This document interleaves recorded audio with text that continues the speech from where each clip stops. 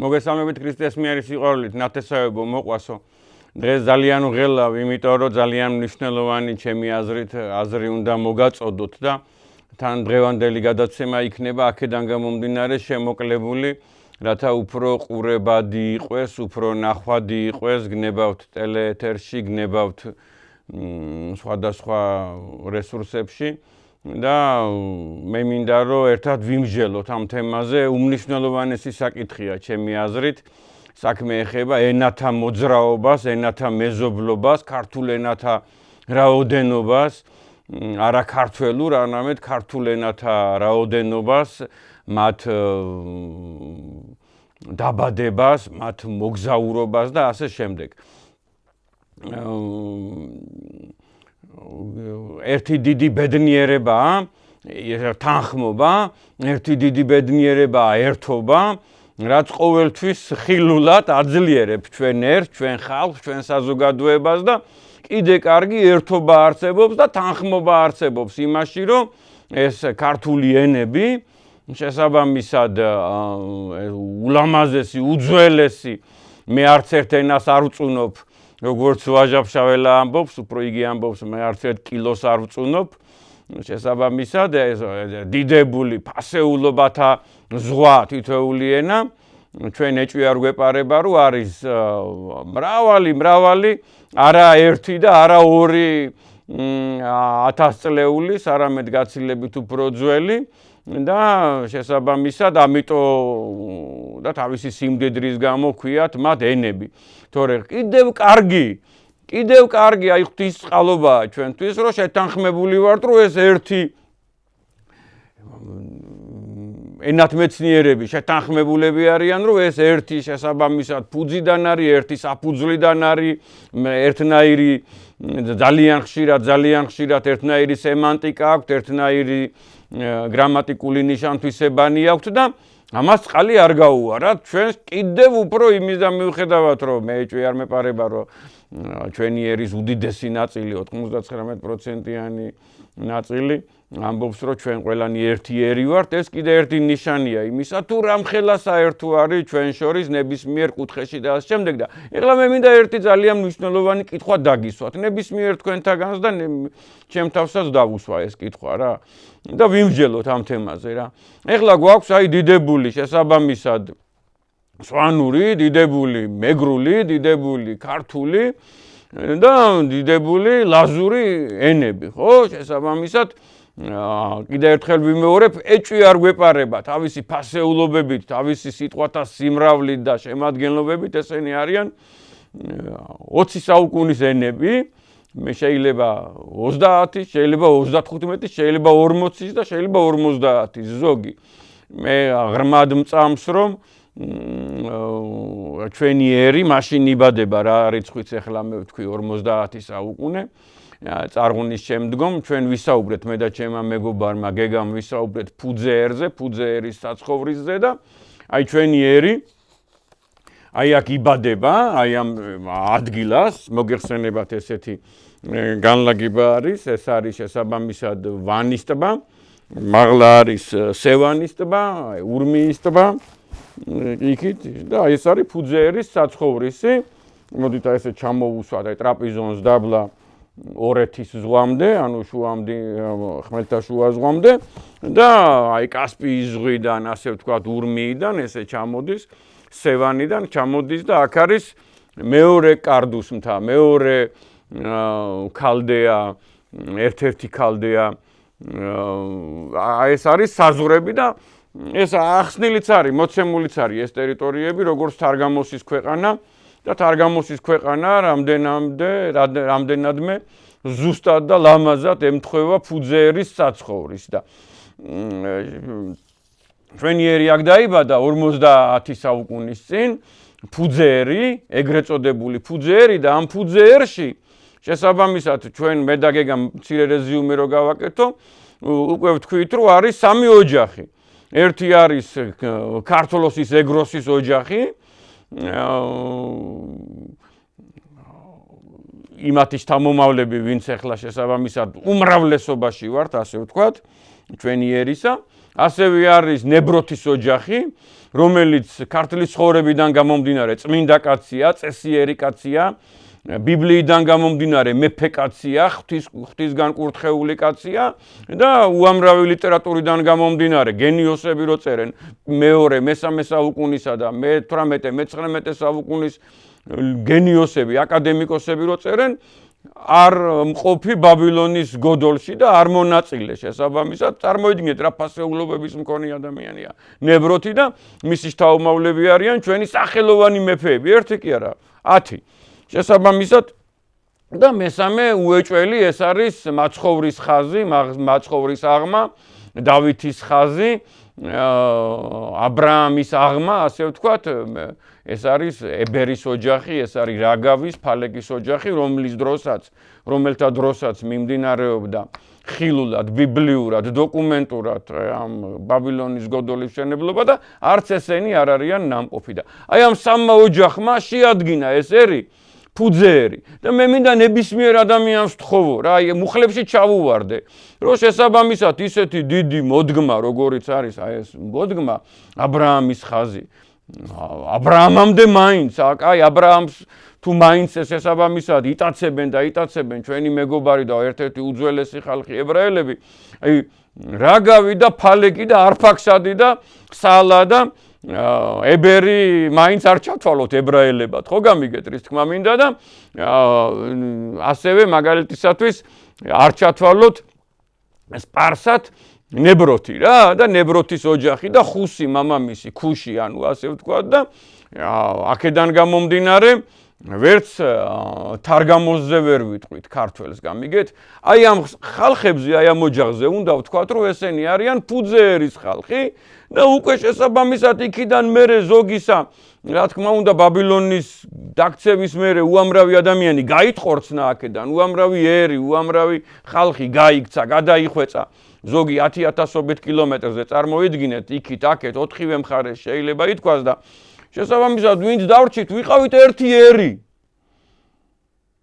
როგორ შეიძლება მაგალითისათვის კიდე ერთხელ გეუბნევით რომ აი აბრაამის ოჯახს რომელიც ფუძე ერში ცხოვრობს აბრაამის მაღლა რომელიმე ერი ვუწოდოთ და აი ამ დროს უკვე მაგალითისათვის ყველანი ესენი არიან ფუძეერი და ესენი არიან ჩვენი უახლოესი ნათესავები და აქედან არის შესაბამისად ჩვენი უდიდესი და სახელოვანი მეფეების ბაგრატიონების ხაზი იცით თქვენ და სასაცილოა დასაცინია ის ადამიანი ვინც რადგან ამათი შთაომავალია ეხლა აბრაამის შთაომავალია ამ ადამიანებს ებრაელს დაუძახებს ხო დასაცინია რა თქმა უნდა და იგივე მაგალითისათვის ვახტანგ გორგასალს და მირიანსა და არჩილს როგორ შეიძლება ამ უდიდეს ქართველებს უდიდეს ქრისტიანებს რატომღაც რაღაცნაირად დავარქვათ ჩვენ არა ქართველი ესეთი სისხლის ადამიანები არიან ესეთი სამეფო მოდგმის ადამიანები არიან ესეთი წესიერი ადამიანები არიან ესეთი ხილული წარმოშობის ხალხი არიან და ესეთი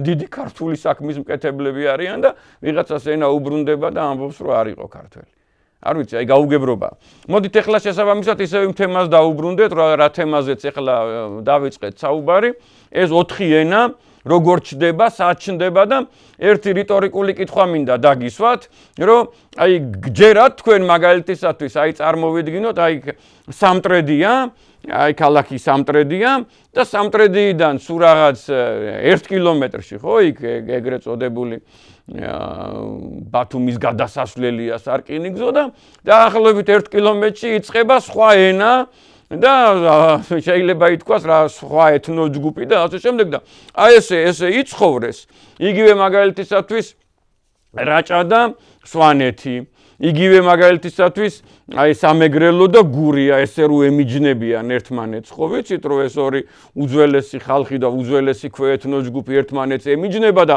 როგორ შეიძლება ესეთი განსხვავებული ენები ქონდეთ აი ესე თანაცხოვრების შემთხვევაში შესაბამისად წამოვაყენებ ესეთ ჰიპოთეზას ამ ეტაპზე ჰიპოთეზა დავარქვათ და შემდგომ შესაბამისად უკვე განვიხილოთ ძალიან გთხოვთ თავიდანვე ნუ დამძრახავთ ვისაუბროთ ამ თემაზე და ვიმსჯელოთ ამ თემაზე და სანამ ეხლა აი ამ ჰიპოთეზას გავშლი მე ანუ წინდაწინვე ვიტყვი რომ აი ეს ენები შესაბამისად აიდანღაც იქიდან კი არ არიან მოსული ტიბეტიდან და აფრიკიდან და ხმელთაშუა ზღვის მეორე სანაპიროდან და ასე შემდეგ და დასავლეთ ევროპიდან როგორც ამას ბევრი ოროსანი ფიქრობს რომ და წამოგვაძახებს ხოლმე ჩაუხედავი ადამიანი რომ თითქოს პირინეებიდან მოვედით და აპენინებიდან მოვედით და ასე შემდეგ უმსგავსო და ჩვენაირი ერთადერთი ერი ვარ დედამიწაზე რომელიც არ დაძრულა რომელსაც აი ეს არ უბოდიალია დიახ არ უბოდიალია და ყოველთვის ერთ ადგილზე ერთადერთი ერი ვართ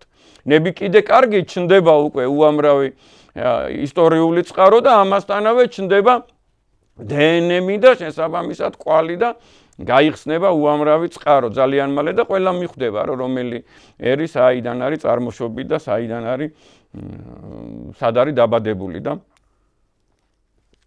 ასე შემდეგ. ეხლა მე ერთი რიტორიკული კითხვა მინდა დაგისვათ რომ პირველი კითხვა ის იყო რომ წარმოგიდგენიათ რომ ეს ორი მომიჯნავე ქვეეთნო ჯგუფი და აი ერთი სოფლიდან მეორე სოფლამდე რო 2 კილომეტრია 3 კილომეტრია და სრულიად რაღაც დონეზე ეხლა ენათმეცნიერები კი ხვდებიან რომ ერთი ფუძეა და ერთი ენაა შეიძლება ითქვას მაგრამ ესე განსხვავებულ ენაზე საუბრობდნენ ეხლა მე ძალიან მიყვარს ჩვენი მეზობლები იქით აქეთ ჩრდილოეთში სამხრეთში და არის ძალიან ბევრი ესეთი შემთხვევა რომ არის მაგალითად ერთი სოფელი ორი სოფელი და მისი მომიჯნავე მაგრამ ესენი კარგად გამიგეთ ხილულად ახალი ერებია შეიძლება 6 საუკუნის 7 საუკუნის 5 საუკუნის 4 საუკუნის და აი სვანი და მეგრელი მაგალითისათვის ჩვენ ხო ვიცით ეხლა გულზე ხელი რო დავიდოთ და რო დავფიქრდეთ ლოგიკურად რო ვიფიქროთ ისტორიულ დოკუმენტებიდან რო ვიაზროვნოთ და მოვიფიქროთ ესენი ხო არიან 20 25 30 40 45 საუკუნის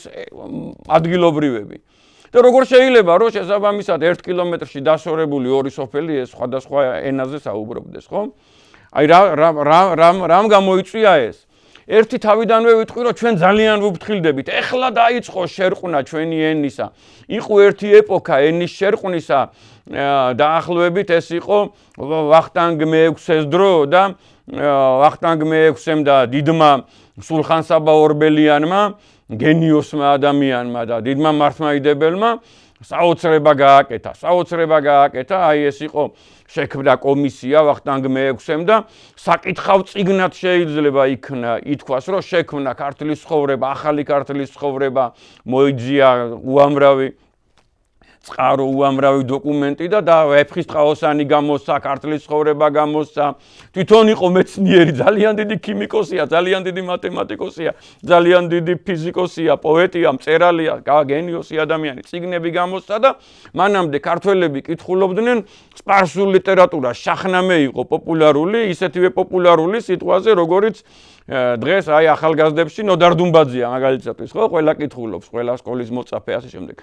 მაშინ საკითხავი წიგნი ის იყო და უცებ გამოჩნდა და ამ დროს სულხან-საბა ორბელიანმა ლექსიკონი დადო კიდე და გაამარტივა ამის საშუალება და აი მაშინ ეს იყო ერთ-ერთი გადარჩენა ქართული ენისა რა მე როგორც ვფიქრობ და აი ალბათ არაბობის დროსაც იქნებოდა ესეთი დიდი დარტყმა და შესაბამისად წამოვიდა მაგალითად მე-10 საუკუნის პოეტია იოანე მინჩხი მარტვილელი კაცია ნახეთ რა ენაზე წერს ნახეთ როგორი დახვეწილი სალიტერატურო ენაზე წერს მეგრელი კაცი მარტვილელი კაცი ინჩხური არის სოფელი და იოანე მინჩხი რა პოეზია აქვს რა გრანდიოზული შრომები აქვს რამდენი დაიკარგა და რა სქელტანიანი წიგნია იოანე მინჩხის პოეზია ძალიან გთხოვთ იხილეთ რა შესაბამისად ალბათ მაშინაც იყო ერთი მაგრამ კარგად მე ან ჩაუხედავი ვარ და ან შესაბამისად არ ვიცი არ იყო უბრალოდ დაწვრილებით ვერაფერს გეტყვით და ილია ჭავჭავაძემ და იაკობ გოგებაშვილმა ხო აი თავიდან გადაგვირჩინეს ენა შეიძლება ითქვას თავიდან გადაგვირჩინეს ეს საოცარი ღვაწლი იყო მთელი თავისი ცხოვრება მთელი თავისი ფული მთელი თავისი შემოქმედება ჩადო იაკობ გოგებაშვილმა და ილია ჭავჭავაძემა მთელი თავისი ღარიბები წავიდნენ ამ ქვეყნიდან ვალებით წავიდნენ გრანდიოზული ვალებით წავიდნენ რომ შეეძლოთ რომ მილიარდელები ყოფილიყვნენ იმ ეპოქისა შესაბამისად და დახეული ფეხსაცმელებით ჩავიდა სამარეში იაკობ გოგებაშვილი და 100,000-ობით ბავშვს აჩუქა ფანქარი ქაღალდი და ასე გადაარჩინა ქართველი ქართული ენა და აი ესეთი მუხტი ეხლაც ანალოგიურია, გადასარჩენია რა ყველას მინდა ვთხოვო რომ მაქსიმალურად მიაქციონ ყურადღებას ქართული ენის სიწმინდეს. დიდი ბოდიში სიტყვა გამექცა.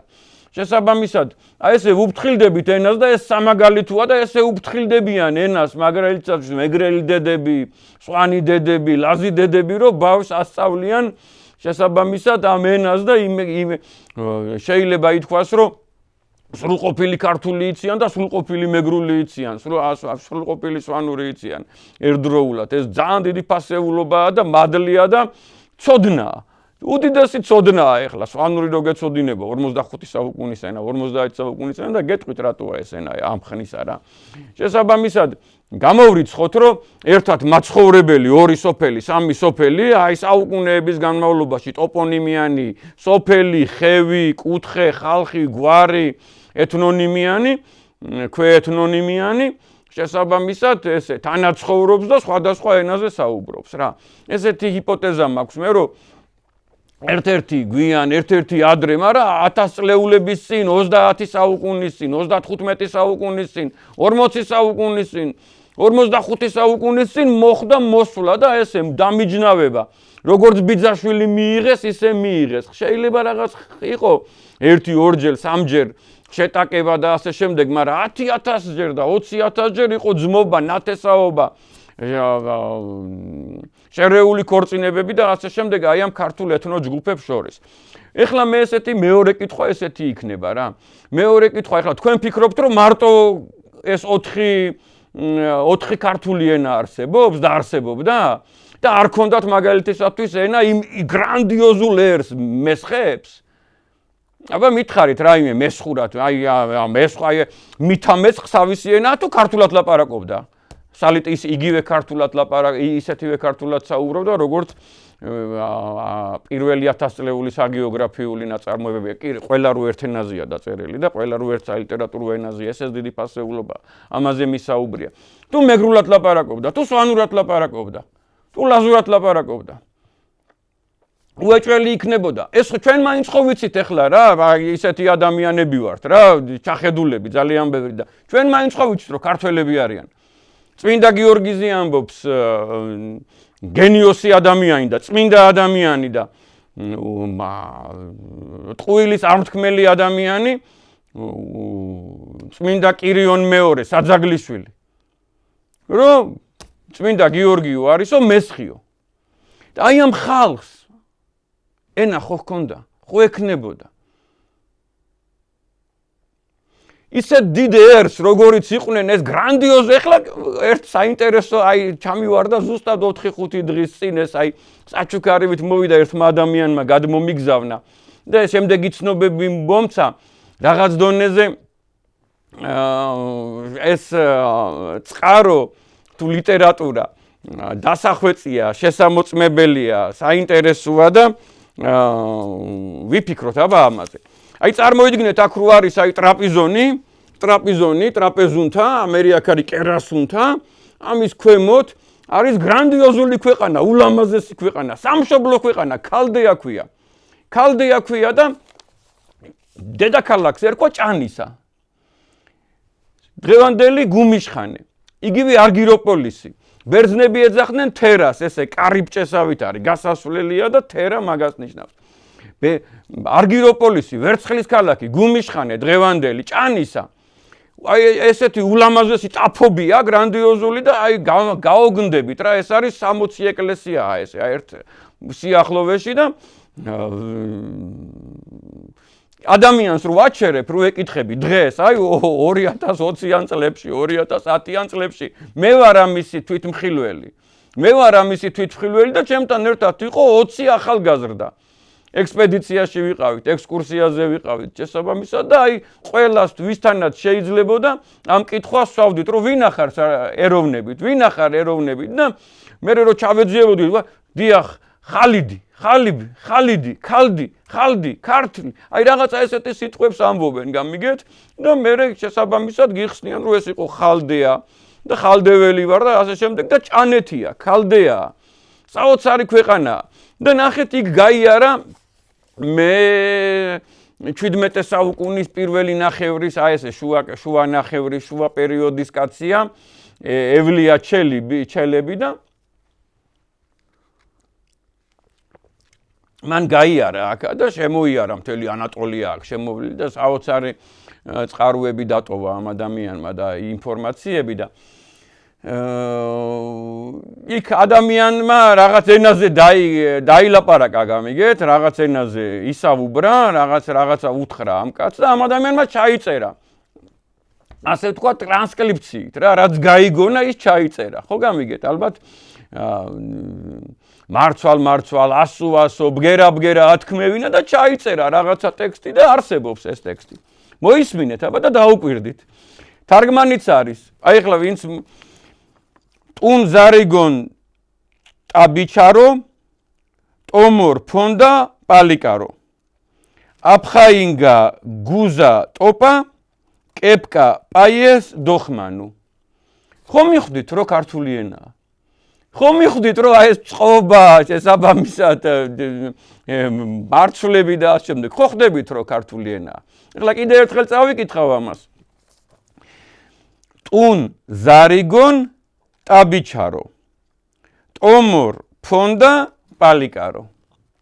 აფხაინგა გუზა ტოპა, კეპკა პაიეს დოხმანუ. ესეთი თარგმანი ესეთი თარგმანი, ეხლა ეს მეგრულს ხო არ აგავს? ხო არ გავს, აი მეგრელი ამას ხო ვერ გაიგებს? ვერც ლაზი ვერ გაიგებს ამას. მგონი, არ ვიცი, აი რამდენიმე მსმენელი იმედია ლაზი მყავს, მე დიდი მეგობრები მყვანან სარბში და ნათესავები და ახლობლები და იქით თურქეთის საქართველოშიც ვიცნობ რამდენიმე ლაზს და თუ მისმენენ, მითხრან ეს ლაზური ენაა? ჩემი მეგრელი მეგობრები, რომლებიც დიდებულად ფლობენ ქართულს და მეგრულს, ეს მეგრული ენაა? აი თარგმანი. ვგონებ დამბაჩა არის. აღარ მქონდა პალიკარო. პალიკარო ერთ-ერთი სახეობის ხმალია. იქად პალიკანო ხმალი, ანუ აღარ მქონდა ხმალიო. ამხანაგად გუძა თოფი. მტერს დავაცლი და დავთოხნი.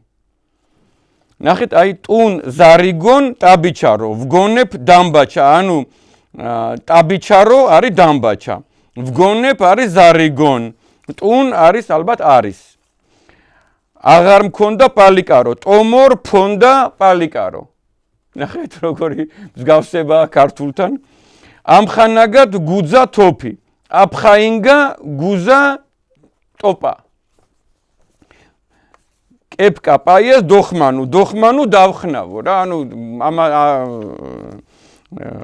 შესაბამისად ისე გავაგრძელებო, აი ამ ვიბრძოლებო და ისე გავაგრძელებ აი ამ საქმესო. საქმე აი ეს არის შესაბამისად ჭანური ენა, რომელიც მოკვდა გაქრა რა. აი კიდე არსებობს ერთი ქართული ენა.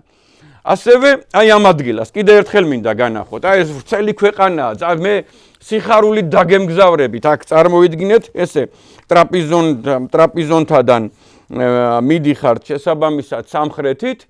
იქ არის ჯერ საოცრებას ნახავთ, ეს არის სუმელას მონასტერი.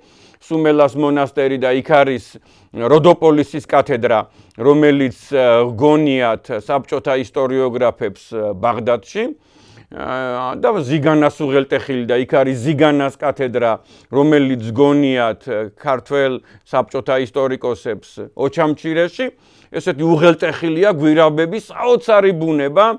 ზიგანა ქვია იქ 20 რაღაცას. წარმოიდგინეთ ტბას, გზას, ხევს, დაბას, ხეობას. ქვეთნონიმია წარმოვიდგინეთ, რომ აი ზიგანელები ვართ, ადამიანები ამბობენ, როგორც აი მაგალითისათვის რა შევადარო, აი როგორც ქიზიყი არის, თანკახელები არიან და რაღაცა ქვეუბანია და ქიზიყელები არიან, იქ არიან ზიგანელები და ადამიანი ამბობს ზიგანელი ვარ რა. ეს ძალიან მნიშვნელოვანი ცნობაა და ასე შემდეგ. გადახვალთ აი ამ უღელტეხილს და იწყება ეს საოცარი, იქიდან წარმოიდგინეთ, რომ იწყება ასე ვთქვათ, აი აქ ესეთი მთათა სისტემა ლაზიკის მთები და დოგუ კარადენიზლი თურქულა და იმის იქით ამ მხარეს აი აქეთ სინოფისაკენ მოედინება ღალისი საოცარი მდინარე ისტორიული მდინარე აქ არის სათალა დომანა კოვის ციხე საოცარი ქვეყანა ისეთი რომ აი უამრავი ქართული კვალია რა სახელწოდებების და ასე შემდეგ და მე აქეთ რომ მოდიხარ უკვე აი პაიპერისკენ ზემოსპერისკენ რომ მოდიხარ იქ არის კოსე ლერიონი და ასე შემდეგ სუ აი ესეთი წარმოსადეგი ადამიანები და ხალიბები აი სამწუხაროდ აიხლა აი 100 წელიწადია 150 წელიწადია მოკვდა ეს ენა და დაიკარგა ეს ენა რა აი ჩემი მეგობარია დიდი ადამიანი, ასეულობით ადამიანი მონათლა, გიორგი ანდრიაძე, მეცნიერი ადამიანი, სწავლული ადამიანი, ქრისტიანი ადამიანი, გმირი ადამიანი, მრავალშვილიანი ადამიანი,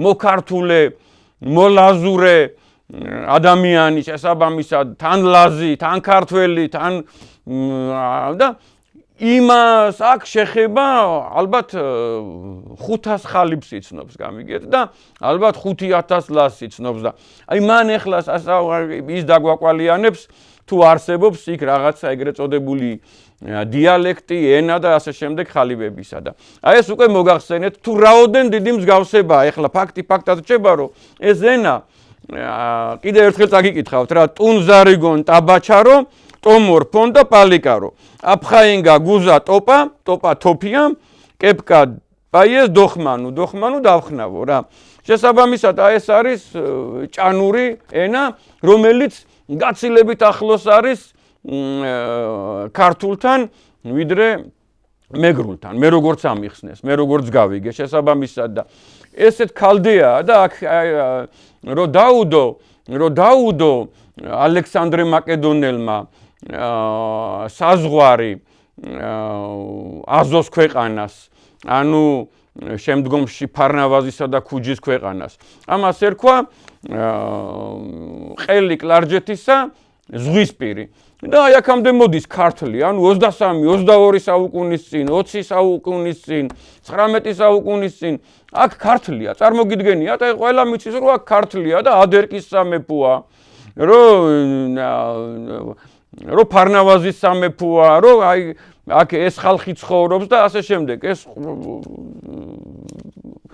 აი ტრაპიზონამდე არ მისული გაიკარა არის და იქ არის რკინის პალო ეს იყო სამხრეთ დასავლეთ საზღვარი ხო გამიგეთ და მერე უკვე სტრაბონი პირველ საუკუნეში საუბრობს რომ აი მისობისას ესე იგი ჩვენ წელთაღრიცხვამდე 150 წლის წინ არმენიამ წაართვა ჩამოაჭრა იბერიას პარიადრეს კალთები გოგარენა აი ეს ტერიტორიებია რა წარმოიდგინეთ ეს არის ჩამოაჭრა ანუ ზემოსპერი სადაც პაიპერია ხო ხდებით მერე ჩამოაჭრა ეს დიაგონალზე ცოტა დიაგონალზე წადიდა მოდის ეს ქვეყანა ლორემდე აი ლორემდე მოდის ეს ქვეყანა და არც ერთ შემთხვევაში ეს ქვეყანა ჩამოჭრილი ტერიტორიები როგორც სამწუხაროდ ხაზავენ არ მოდის ართვინამდე და არ მოდის ბათუმამდე და არ მოდის ხულომდე და ასე შემდეგ აი ეს ნაწილი ჩამოაჭრა ანუ ამის ისტორია არსებობს ანუ ეს არის მეორე ერთ-ერთი ეს არის მეხუთე ქართული ენა მესხებსაც ხო ექნებოდათ ქართული ენა მე აქ ცხოვრობენ შესაბამისად უამრავი დიდი და პატარა და საშუალო აი აქ 24 საუკუნის წინ რო გაიარა ქსენოფონტემ აღწერა აქ ხალხი ქარდუქნი ყველა ითვისებს ახლა ამას კარგად გამიგეთ ქურთებიც ითვისებენ სომხებიც ითვისებენ და ასე შემდეგ მოდით ახლა მე თქვენ წაგიკითხავთ უკვე დიდი ივანე ჯავახიშვილის სიტყვებს რომ აი დიდი ივანე ჯავახიშვილი აქ ვის ფიქრობს, რა ხალხს ფიქრობს და ასე შემდეგ უკვე კონკრეტულად სვანებზე ვისაუბროთ, აი სვანურ ენაზე და სვანურ მოძრაობაზე, აი სტრაბონიც ვახსენოთ, აი ქარდუქისადაც ვახსენეთ რა. თქვენ იცით ეს ადგე, მოდით ჯერ წაგიკითხავთ ივანე ჯავახიშვილის აზრით ქალდეაში. უკვე გითხარით რომ ქალდია, პირველი ქალდია ეს არის კარდუ. აი აქ არის კარდუს მთა, არარატის მთა და პირველი საცხოვრისი სანამ დაიშლებოდა და სანამ წავიდოდნენ ბაბილონის სამშენებლოდ, აი აქ ცხოვრობს და აი აქ ვითარდება. ვანის ტბის გარშემო ტერიტორიაზე ვითარდება პირველი ქალდეა. ვანის ტბის მაღლა, სევანის ტბის დაბლა, სადაც დღევანდელი ბასიანია, სადაც დღევანდელი კარია, კარნუა, ყარსია, მუშია და ასე შემდეგ. ივანე ჯავახიშვილის აზრით ქალდეაში ტიგროსისა და ევფრატის აუზში ვანის შემდგომ ვანის ტბის გარშემო ქართველები და ფრჩხილებში სვანები სახლობდნენ. ივანე ჯავახიშვილი ამბობს, რომ აქ სვანები სახლობდნენ. ძველი წელთაღრიცხვის მე-13 საუკუნეში შუამდინარეთში ისინი ასურელებმა შეავიწროვეს და მდინარე ღალისის და ვანის ტბის გარშემო დამკვიდრდნენ. ესე იგი რაღაც დონეზე ამოვიდნენ, აი აქ მეწეღან რო ვახსენე ღალისი, აი აქ მაცხოვრებელი სვანები ამოვიდნენ აი ამ ტერიტორიაზე უკვე. წარმოგიდგენიათ ხო, როგორი არის პირველი მათი მოძრაობა. მეორე მოძრაობასაც, მეორე ადგილმდებარეობასაც გეტყვით მე ცოტა ხანში. შესაბამისად ივანე ჯავახიშვილი და გორგიძე. ქართველი ერის ისტორია, გვერდი 20. ასევე სვანები ურმიის ტბის გარშემო ცხოვრობდნენ. ამას ფაქტობრივად ამტკიცებენ ნიკომარი, მოსე ჯანაშვილი, ლენორმანი, სეისი, მასპერო, ხომელი. აი წარმოიდგინეთ, სადაც ურმიის ტბა არის, აი ამ ტერიტორიაზე ცხოვრობდნენო სვანები, ამბობენ ეს მეცნიერები რა. ანუ სადაც იბადება კაცობრიობა, სადაც იბადება და აი სადაც ცხოვრობს ნოეს ოჯახობა, წარმოგიდგენიათ 50 საუკუნის წინ, ვისაც ბიბლიის ჯერა ეხლა, ვისაც ბიბლიის არ ჯერა და ზეზვაისტია, თავი დაგვანებოს ან უჩუმრად მოგვისმინოს რა და ვისაც ბიბლიის ჯერავს და ბიბლიური გეოგრაფიის ჯერას, შესაბამისად იმ ადგილებში, ესე იგი 48 საუკუნის წინ რო იყო ბაბილონის გოდოლი, აი 48 საუკუნის წინ 45, 44, 53, 42 საუკუნის წინ აქ სვანები ცხოვრობდნენო.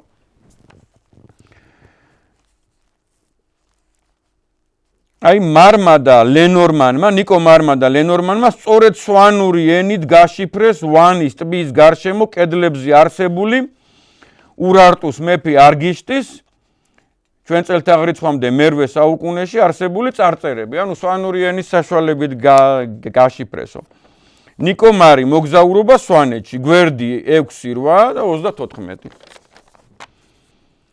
ნიკო მარი არგიშტის სახელს წმინდა სვანური ენით ხსნის. არგი არის ოჯახიო და არგიშტი ნიშნავსო საოჯახოსო, მეოჯახესო. აი ამ წიგნის, სადაც ეს ცნობებია მოკრებილი და სადაც ეს წყაროებია წარმოდგენილი და დადასტურებული, ქვია მუშვანთა ქვეყანა მაიზერ ჩანქსელიანი, გაახაროს ღმერთმა და ალბათ მისი ნათესავი ან ოჯახის წევრი თაკო ჩანქსელიანი. ეს წიგნი მოსაპოვებელია, ძალიან მაინტერესებს. თუ ვინმეს გაქვთ, მათხოვეთ, ძალიან დამავალებთ. ეხლა ნახეთ რა ხდება, ძალიან საინტერესო რაღაცა რა.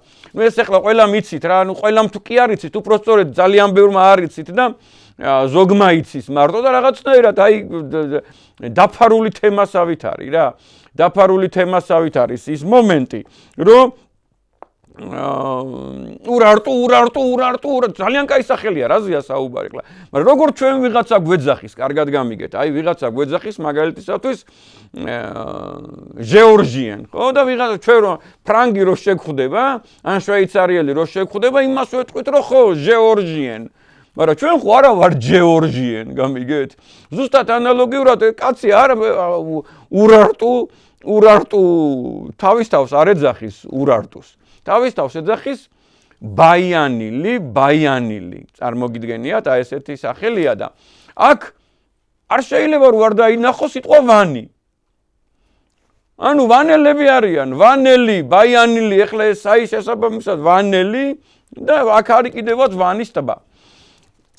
ეხლა ეს რო ვანის ტბაა აქა და ეს რო სევანის ტბაა. როგორ შეიძლება რომ კავშირი არ ქონდეს ამ ორ ტოპონიმს, ხო? ამ ორ იმას და არა, გადამწყვეტად, აი ბოლო წლებამდე იყო ესეთი გადაწყვეტილი აზრი, რომ დიდებული ტაძარი დგას ვანის ტბის სანაპიროზე, შავი ქვით არის აშენებული და ეს სევანკ ნიშნავსო შავ ეკლესიასო და იმიტომ ქვიაო იქაურობასო და ასე შემდეგ სევანიო და ამას ეხლა ვანის ტბა ქვია და ნუ ეხლა ხან ზღვა ქვია, ხან ტბა ქვია, ბზუნიკის ტბა, აბახუნიკის ტბა, ასე შემდეგ ზღვა, ვანი. და ანუ ეს სხვადასხვა სახელებიაო, სხვადასხვა, აი როგორც ეხლა მაგალითად ზღვარი აი ვანი და ზემოვანი რო ვთქვათ, რომ ეს სხვადასხვა არის, ერთმანეთთან არავითარ არ იკავშირებს, მარტო იმიტომ რომ იმას ზემოა წერია. და მე აღმოჩნდა აქ ესეთი ფირფიტა რა. ფირფიტა ლურსმნული და დამწერლობის ფირფიტა აღმოჩნდა, რომელიც დაწერია სიტყვა სუანია. აი ესეთი სიტყვა წერია, აი სუინია. ესო ნიშნავსო წყალსო. და აი წყალიო კიდე ტბას ნიშნავსო რა, ტბას და დავიწყეთ ზებნა ეხლა, კარგად გამიგეთ. ჩვენ ისეთი მიმდობი ხალხი ვართ და სუანია კი არ ქვია წყალს. შუ ქვია წყალს, გამიგეთ? შუ, ანუ სუ, ან შუ, ან სუ, ან ორივე ერთად რა, შუ. და ეს სუ იმის იქით რო არის კიდე სუანია, ის დაკარგულია რა. ნუ ერთ სიტყვით და ესო წყალი რა და აი წყალიო და ბაიანი ვანური სიტყვა არისო, ურარტული სიტყვა არსებობსო და იმიტომ ქვიაო აქაურობასო და ამ დროს ფაქტად რჩება რომ ნაპოვნ-ქვას აწერია ჩვენთვის ესეთი საინტერესო ფრაზა სუინია. ხო ნიშნავდობლივია. ეხლა აქამდე ყველამ იცის, ეხლა იგი ძალიან კაი მეცნიერი კაცია ჩემი მეგობარი. ერთ-ერთ გადაცემაში იყო ჩემთან მივესალმები აქედან გიორგი მაისურაძეს და ეგრევე ახსენა რომ აი ორი სიტყვა არისო ურარტულ ენაშიო არწივს ნიშნავს და იქაც არის არწივი, აქაც გვაქვს არწივი და ერთ-ერთი მეომრის ცხენსაც ერქვა, ერთ-ერთი მთავრის ცხენსაც ერქვა, როგორც მაკედონელის ცხენს ბუკეფალა ხო და აი არწივი იქაც არისო და ასევე ყირა უკუღმას ნიშნავს, ყირამალა ეს ორი სიტყვა არისო და ნახეთ ეხლა არის ესეთი სიტყვა ავანი. მე დავიწყე ამის ეხლა ამას აქში და ამ ეპოქაში რომ ვანურ, ბაიანურ ურარტულ იმას დავიწყებ და კარგად გამიგეთ ინტერნეტი დიდებული საშუალებაა, მაგრამ ინტერნეტით რა, აწი უნდა მოიპოვო წიგნები. ავანი ყოფილა დაბა, ვანი და ვანი ურარტულათაც შესაბამისად და მეუფე ანანია ამბობს ეხლა უამრავი ჩვენთან რო არის უამრავი ვანი. ეხლა ყველა მიცის რომ ერთის იმერეთის ვანია, გამიგეთ და იმერეთის ვანის გარდა სადაც ეს დიდებული საბადო კი არა, არტეფაქტებია, ოქროსი აღმოჩენილი და ოქრო მრავალი ქვეყანაა გეთანხმებით, არტეფაქტებით და არა საბადოებით, შესაბამისად, ამას წყალი არ გაუვა, მაგრამ ვანი არის სოფელი ვანი და დაბა ვანი და ასე შემდეგ არის ხარაგაულში, ჩოხატაურში, ოზურგეთში, ცაგერში, თრიალეთის ზეგანზე, იმერეთში, აი სადა სავანე, ზემოვანი, ფარავანი, ჩვენთან ხო უამრავი ვანი რა, ეხლა ყველას გაახსენდება რომელიმე ვანი, ჩოხატაურში ხიდის თავთან არის ვანი და ასე შემდეგ ძალიან ბევრი, ხო და იგივე აი სადაც ართვინიც ვანია, ართავანი არის, აბა უამრავ წყაროშია. და ასე შემდეგ იქ არის ვანის ქედი, ვანის ციხე, ვანის მთა, ვანი უამრავია, ხო და ძალიან ასევე უამრავი არის სომხურში და მიტროპოლიტიანანი ამბობს რომ ეს არის ქართული ენის კვალი, ქართული ენის დარჩენილი, აი უძველესი ქართული ენიდან გადასული სომხურ ენაშიო, გამიგეთ და აი ურარტულშიც რა. ავანი, მე აქ არის შესაბამისად ავანი დაბა, ანუ ქვეყანა და ჩვენთანაც არის კერა, სოფელი, ვანი არის შესაბამისად დაბა, დავანების ადგილი, დასახლების ადგილი, კერა, ფუძე. კარ და ქარ ყოფილა მფლობელი და ქარნი ვართ ჩვენ. ქარ ძალიან საგულისხმო სიტყვა. ეხლა მე ერთი დიდი ადამიანისგან ვიცი, რომ ის ამბობს, რომ ის ქარ სულნი არიან და სულნი ვართო და ქარ, ქორ, ასე შემდეგ, ესა ჩვენი ეთნონიმია და ძალიან მნიშვნელოვანია მისი ძიება. ქრ და კრ ყოფილა ქვეყნიერება, წარმოგიდგენიათ ურარტულად რა. ეხლა მარები ერთ-ერთი ქართული ტომია, ერთ-ერთი ეგენიც ქართველები არიან, აი წეღარო ვამბობდით. დიდი შანსია, რომ კიდე უამრავი ენა იყო ქართული, უამრავი ენა იყო ქართული. მე არ მინდა ეხლა რომელიმე წინ დავაყენო და უკან დავაყენო, მაგრამ უძველესი ენა ეხლა დაიკარგნენ, რომ ვამბობ, აი 4, 5, 6, 7, 10, 12, 15 საუკუნის წინ დაიკარგა, ეჭვგეპარება უამრავი 40 საუკუნოვანი ქართული ენა. დიალექტი მაინც. ბაიანილი და მუში, რაც ძალიან საგულისხმო ყოფილა. მუშ ნიშნავს ერთგულს. სვანი ხო მუშვანია და მუშვაი ერთგული, წესიერი, სამართლიანი ქვეყანა. მუშვანი. აი მუშ ყოფილა ერთგული. ური, ხო არის ეხლა ქალდეას ურია ისა მაგალითისათვის და ყველას გონია რომ ეს ური არის ისეთივე ეთნონიმი როგორც მაგალითისათვის აი თბილისი ან მცხეთა ან გორი და ასე შემდეგ აი ური ერქვა იმ ქალაქს რა ეს ქალაქის სახელწოდებაა დაბის სახელწოდებაა ქართულშიც ბერძნულშიც უამრავგან რა და ეს ქალდეის ერთ-ერთი სოფელია და ეგეთი ური როგორიც შესაბამისად არის მოხსენიებული უამრავ ქალდეურ წყაროში არის კიდე 50 და საქართველოში კიდე რამდენი ურია წარმოიდგინეთ ურეკი, ურაველი, ხაშური, სურამი, ამბროლაური, ჩოხატაური, მახინჯაური, ასე შემდეგ რამდენი ურია წარმოგიდგენიათ ეს უძველესი იქაური სიტყვები და აი ეს სვანები მერე ხო ახსენებს დიდი ივანე ჯავახიშვილი ვალდებული ვართ ვენდოთ და გავიზიაროთ ხო მისი და ასე შემდეგ და ვაკრიტიკოთ კიდევაც ვალდებულები ვართ მაგრამ ამბობს ეს დიდი ადამიანი ერის მამა და მერე წარმოიდგინეთ ამის მერე კიდე ახლა მე-13 საუკუნემდე მე-13 საუკუნეო ჩვენ წელთაღრიცხვამდეო და მერე წარმოგიდგენიათ მერე კიდე ხო მოდიან იქ ტიგლათ ფილასერები და რუსა 1 და რუსა 2 და ასე შემდეგ ხან ურარტუ მოდის ურარტუელები სხვა ენაც არის რაზეა საუბარი ახლა ორი აზრი არსებობს რომ ესე მარტივად ქართულს ვერ იგებს და როგორც ჩვენი ქართულია სრულიად დამოუკიდებელი და არც ერთ ოჯახში არ არის რა ენობრივ ოჯახში აი მარტო ეს ჩვენი ოჯახია ქართული მეგრული სვანური ლაზური ისე არც ერთ ოჯახში არ არის რაოდენ საინტერესოც არ უნდა იყოს ანუ ინდოევროპულში არ არის მაგის თქმა მინდა უანალოგოა ურარტული ეს ვანების ენა ხო გამიგეთ რის თქმა მინდა და აგე ამბობენ ადამიანები რომ სვანური ენით გაშიფრავო ეს წარწერებიო და ყველაზე ძალიან სვანური გავს ამას გამიგეთ და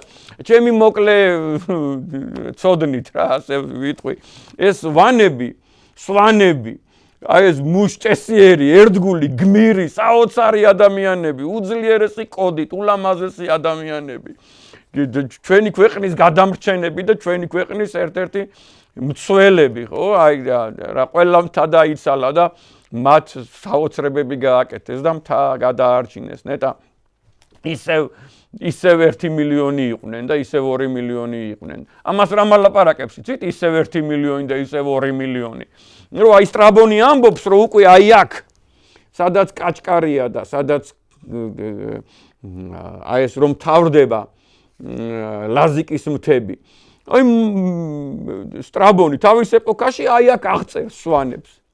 კარჩხალის მთებში, კაჭკარის მთებში, ბარში, მთაში, ნახევარმთაში, წარმოგიდგენიათ აი ამ რეგიონში. აი ამ რეგიონში აღწერს სვანებს. და მერე შესაბამისად, აი ანუ პირველი საუკუნის მერე მიწყება კიდე ერთი დიდი უბედურება ზოგს გონია ჩვენი მეგობრები და მეზობლები ბიზანტია და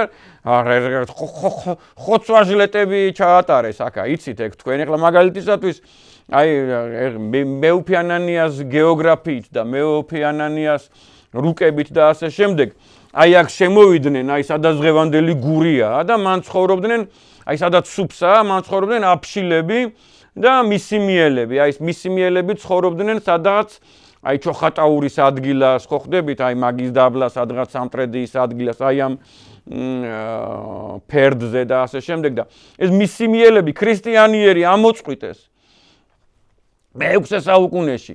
სასწაული ჯოჯოხეთური ამბებია აღწერილი იმათ მწერლობაში, იმათ ხალხში, პროკოფი კესარიელის გადმოცემებია, რომ აი თქმაც არ მინდა რა პატარა თოთო ბავშვებს როგორ ხოცავდნენ და ასე ამოწყვიტეს ეს ერი, ხო გამიგეთ რის თქმა მინდა და აი აქამდე შემოიჭრნენ მურვანყრუს ეპოქამდე იყვნენ აი დღევანდელი გურიის ტერიტორიაზე და იმის ესე სამხრეთით და სამხრეთ-დასავლეთით იყვნენ, რაც მართალია და ნამდვილად არ ყოფილა ბიზანტიური ეკლესია, დედასფიცა ვარ თუ დარწმუნებული არ ვიყრი ამას და თუ რამე მალაპარაკებდეს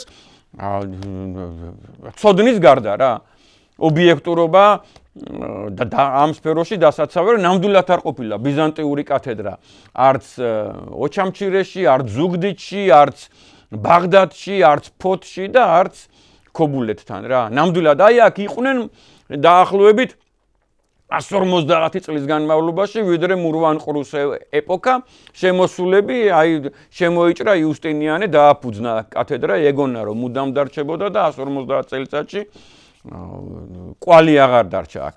შესაბამისად, აი ამ შემოჭრას უკვე ლაზიკის დიდი ომებისას და აქედან სპარსები მოდიან, წარმოიდგინეთ და აქედან აი ესე მოყვა ალბათ უკვე სვანების იქაც ცხოვრობდნენ დიდი შანსია და იქაც საფუძველი აქვთ. სადაც მაგალითისათვის მესტია, იქაც ცხოვრობდნენ. ეს გრანდიოზული ერი იყო, კიდევ ერთხელ ვიმეორებ, 100,000-ობით, 10,000 და 20,000 კი არა. 100,000-ობით, 200,000 მარტო ჯარისკაცი გამოყავდათ, სამხედრო გამოყავდათ. ეხლა ალბათ ყველა მიდიოდა, ყველა გმირი იყო 2000 არ არსებობს, მაგრამ აი ყველაც რო წასულიყო, ხო, მოხუცი, ბავშვი და ქალი და დავრდომილი და დაჭრილი ხო ვერ წავიდოდა, კარგად გამიგეთ და ეს იმას ნიშნავს, რომ 9 მილიონიანი და 1 მილიონიანი მეტი ერი იყო სტრაბონის ეპოქაში. გრანდიოზული ერი. აი ეს შესაბამი მე ვფიქრობ, რომ აი ეს ხალხი ესე ამოვიდა და დასახლდა აქ ამან და შესაბამი ან ცხოვრობდნენ აქ მაგალითისათვის და რაც შეეხება ეხლა მეგრელებს და მეგრულ ენას რა, აი უკვე დიდი ბოდიში, აი ესე გამიგრძელდება ხოლმე საუბარი რა. ჰეროდოტე და ეს ძველი ავტორები, კარგად გამიგეთ, აქ იცნობენ ერთ ქვეყანას კოლხეთს რა. და აი ეხლა ჩემი ოცნება არის, რომ გაგრძელდეს დიდნაურის გათხრები, ეს რა სასწაული რამე ვიპოვეთ. და თვითფრინავი რო გაფრინდება და რო დაჯდება იმ ხელა ტერიტორიაზე, წარმოიდგინეთ 30, 40, 60 სხვადასხვა ცნობებს ამბობენ ჰექტარზე არის გადაჭიმული დიდნაური და აი მანდან რო ამოვა ცნობები. თქვენ ნახავთ რომ აქ კოლხეთს თუ არ იპოვიან რა და კოლხური ცულები ხო პირიქითა კავკასიაშიც არის ნაპოვნი და კოლხური კულტური, კოლხური იარაღები და კოლხური დაკრძალვის წესები და ამავდროულად ერზრუმშია ნაპოვნი და კასპში და ცხინვალში და ვდვალეთში და მცხეთაში და ასე შემდეგ და თუ აქ მაგათი არა ვაჭრობა იყო. ვაჭრობა კი არა, ცხოვრობდა იქ ერთი და იგივე ხალხი ცხოვრობდა, ეს სუ კოლხეთი იყო. სუ ეგრისი იყო, სუ მეგრელები იყვნენ, კარგად გამიგეთ. აი მე ქართველი ვარ, შემოგევლოთ ჩემი თავი, მაგრამ ამისი ეხლა ლოგიკური დასკვნამდე მივედი, ესე რომ დღესაც კი ჩვენ მთელი მსოფლიო გვეძახის გრს. მეგრელს გვეძახის, ნებისმიერ ეხლა მაგალითისათვის ჯეორჯიან ვიღაცამ რო სრულიად აბსურდი თქვა, რომ ეს არის მიწათმოქმედი ხალხი და მიწათმოქმედი იყო ყველა აბსოლუტურად მიწათმოქმედი იყო დედამიწაზე. უბრალოდ ჩვენ ის უპირატესობა გვქონდა, რომ ლითონს ვამუშავებდით და უფრო მარტივად ვამუშავებდით, თორე ისინი არ ელოდებოდნენ, ეგვიპტელები მიწასთან არ მოელოდნენ ნაყოფს 40 საუკუნის წინ და 45 საუკუნის წინ. თქვენი გამკვირვებია. ჯეორჯიაც გრა, ხეორხიაც გრა, გრუზინ, გურჯან, გურჯი, გრ და ეს შესაბამისად და ზუსტად იგივე რაც არის მეგრელი და მარგალი. გრ და რგ არის შესაბამისად ჩვენი სახელწოდება, ხო? აი ეს მთელი თავიდან ბოლომდე იყო შესაბამისად კოლხეთი და აი აქ იყო პირველი ქალდეა. აი აქ იყო ქართლი. ხვდებით ხო რითქმა მინდა. არ იცნობს იბერიის ყოფნას აქ არავინ, არც ჰეკატე მილეტელი არ იცნობს, არც ჰეროდოტე არ იცნობს და ასე შემდეგ აქ რო ჩამოთვლის ქვეყნებს, მაგალითისათვის სასპირებიო იბერები არიანო. სასპ როგორ შეიძლება რომ იბერი იყოს, კაცო, მაგათი გამკვირვებია, ვინც ამას ამბობს. აქ შესაბამისად აი ესე რო ჩამოთვლის კოლხეთი, უამრავი ამბობს რომ კოლხეთი არის კერასუნთადან კარდუს მთამდე, არარატის მთამდე, აი ესე ჩამოთვლიან აი აქედან ბოლომდეო, სულ იყო 40 საუკუნის წინ, 35 საუკუნის წინ იყო კოლხეთი. და შესაბამისად 23 საუკუნის წინ აი აქედან, სადაც აბრაამი დაიბადა, სადაც ვახტანგ გორგასალმა მე-5 საუკუნეში დედა დატოვა ქალდეას ურში, სადაც აბგარ მეფე ცხოვრობს პირველ საუკუნეში, აქ იყო არიან ქართლი და აი აქედან არსენ ბერი გენიოსი ადამიანი რა. ერთი ვერსია რო ეს არსენ იყალთველი, ნუ ერთი თქვით არსენ ბერი წერს რომ ჩვენო დღესო არიან ქართლელთა ენაზე საუბრობთო. იქ სადაც არის ასური. ხვდებით ხო? პირველი ენა იყო ასურებრი. ეს არ არის ასურული, ეს არის ასურებრი. აი რომელ ენაზეც საუბრობდა, აი ხო ააშენა მაგალითისათვის რაღაც ქალაქები, მაგალითისათვის ნებროთმა. იქვე არის ნახსენები ბიბლიაში, რომ ქალაქები ააშენა ასურმა. ასური ჯერ კიდე ფუძე ერის კაცია. ასური, ნებროთი ჯერ კიდე ფუძე ერის კაცია. ებერი, ფუძე ერის კაცია, ესენი ყველანი აბსოლუტურად და აი აქედან ამოდის ის ქართული ენა, ეს თავანკარა იმ სამყაროდან ამოდის, სადაც აი შესაბამისად აი სადაც მე აი აქ ქარდუქია ნახსენები, გორდიენია ნახსენები, კარდუა ნახსენები, ყველანი ეს სიტყვები სულ ერთმანეთის მსგავსია. აი აქ იბადება ქართლი და აი აქედან ამოდის ალბათ 23 საუკუნის წინ არიან ქართლის ხალხთან ერთად ეს ენა, რაზედაც ახლა მე ვსაუბრობთ. ხოლო რაც შეეხება რაზედაც ახლა ჩვენ ვსაუბრობთ. ხოლო რაც შეეხება შესაბამისად ლაზურს, რომელიც ფაქტად რჩება, რომ კი ძალიან გავს, რაზეა საუბარი, ძალიან გავს მეგრულ ენას, მაგრამ ლაზური ენაც მეგრულისგან განსხვავებულია. მე პირადად მქონდა ამისი საშუალება, რომ აი სენაკელი და ზუგდიდელი მეგობრები წავიყვანე არდაშენი არის აი აქ არდაშენი, სადაც მორთულა იყო, სადაც ფირტინას აფსირტეს ხალი ჩამოდის, სადაც ფინდიკლია და ასე შემდეგ, სადაც ძალოწარი ლაზები ცხოვრობენ, ძალიან კარგი, აი ფუძე ლაზეთია, არდაშენი, ვიწე, არქაბი და ასე შემდეგ და ვერ გაიგეს. აი წარმოიდგინეს რაღაცა სიტყვას იპოვნიდნენ ის რომ ერთმანეთისთვის გაეგებინებინათ, ეს არ იყო ასეთ. ლაზეთი შესაბამისად კიდე აი აქედან არის ლაზიკა იქ სადაც დღევანდელი სენაკი არასოდეს არ ყოფილა. არასოდეს არ ყოფილა, ლაზიკა იყო აი აქ. აი წარმოიდგინეთ ზღვის სანაპიროზე და იქ სადაც დღევანდელი სამეგრელოა, მან ლაზიკა არასოდეს არ ყოფილა და აი ლაზური ენა შესაძლოა გამომდინარე აი ამ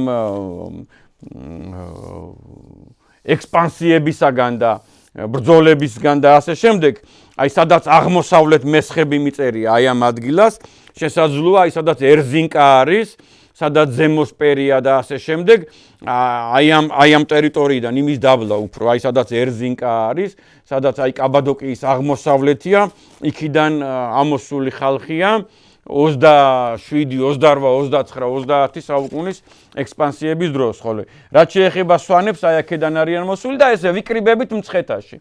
ვიკრიბებით აი ამ ქვეყნიური სამოთხის ადგილას რა.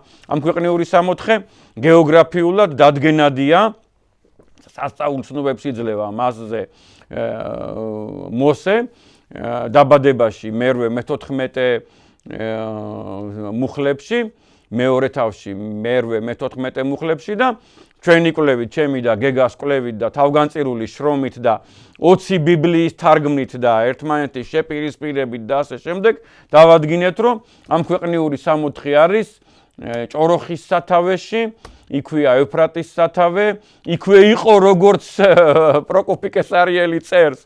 პროკოფი კესარიელი წერს, ვიღაც გამლელი კი არა, კაცო, ისტორიის მამა. იქვე იყო ტიგროსის სათავე და იქვეა დღეს არაქსის ერთ-ერთი მკვებავი და ეს არის შესაბამისად წამობრძანდით, ეს არის ბაგრატიონთა მამულში ეს ადგილი, ტაფობია, აქეთ მესხეთის მთა არის, აქეთ ფაშის მთა არის, სოფელი ფაშაკი არის იქა, აქეთ ხელმარჯვნივ ამ ადგილიდან აღმოსავლეთით გიაურის ქედია, გიაურდაგი და გიაურის ქედთან არის ქართლის ყელი, ანუ გურჯი ბოღაზი, საქართველოსკენ მომავალი გზა. ეგ ისეთივე საქართველოა, ისტორიულად და კაცობრიობის ისტორიაში, როგორც ნებისმიერი ადგილი საქართველოში, როგორც ჯავახეთი და როგორც მაგალითად იმერეთი და როგორც მაგალითად ქართლი და კახეთი. აი ეგეთივე საქართველოა. და ამოვა უამრავი წყარო. მე ახლა რაღაც დონეზე ხერხემალი გითხარით, კიდე რეზიუმესავით რო გავაკეთო რა. მე ვთვლი, რომ აი მთელი ეს დღევანდელი კავკასია, აი დღევანდელი კავკასია თურქეთის ტერიტორიაზეც არის ძალიან ძალუმად წარმოდგენილი, მაგრამ აი მთელი ეს კავკასია იყო კოლხური, ეგრისული, მეგრული ენით დასახლებული ხალხის ქვეყანა. სვანები შესაბამისად ალბათ ცხოვრობდნენ აქ რაღაც რაოდენობა, მაგრამ აი უეჭველი არიან მაინც ესე ტალღასავით წამოსულები, აი როგორც დიდი ივანე ჯავახიშვილი წერს და ისევ ვიმეორებ მე 27, 28, 29 საუკუნის ურარტუსა და ასურეთის ექსპანსიებისაგან ამოსულები არიან და ესე არიან მოსულები აქა ესენა და ალბათ 1-3-4 ქართული ენა კიდე დაკარგულია და ეს ყველანი ფუძეენის შვილები არიან. ეს ყველანი ფუძეენის შვილები არიან და აი უნდა გავბედო ეხლა და ხმამაღლა უნდა თქვა, ალბათ კი არა უეჭველი ამენაზე საუბრობდა აბრაამის ოჯახი და აბრაამის მაღლა ფუძეენაზე ძალიან მონათესავე იქნებოდა მისი ენა ქართულთან. აბრაამის ოჯახმა ორი თაობის მერე დაიწყო სხვა ენაზე საუბარი, როცა ისრაელი ჩნდება, ანუ იაკობი. ამ ენაზე საუბრობდა ნებროთი, ამ ენაზე საუბრობდა აი ეს ფუძეერის ქვეყანა, კიდე ერთხელ შემოვხაზავ, აი ეს არის ფუძეენა, ფუძე ქვეყანა. დანარჩენები ყველანი გასულები არიან და ჩვენ ისევ აქ ვცხოვრობთ, აი ეს 3 მილიონი ადამიანი და ღმერთმა გაგვამრავლოს, ღმერთმა გადაგვარჩინოს ჩვენი ენა, ჩვენი ქვეყანა, ჩვენი სახელმწიფოებრიობა. დიდი მადლობა ყველაფრისათვის. თუ რამე შემეშალა მომიტევეთ, შენდობას ვითხოვ, ღმერთმა დაგლოცოთ.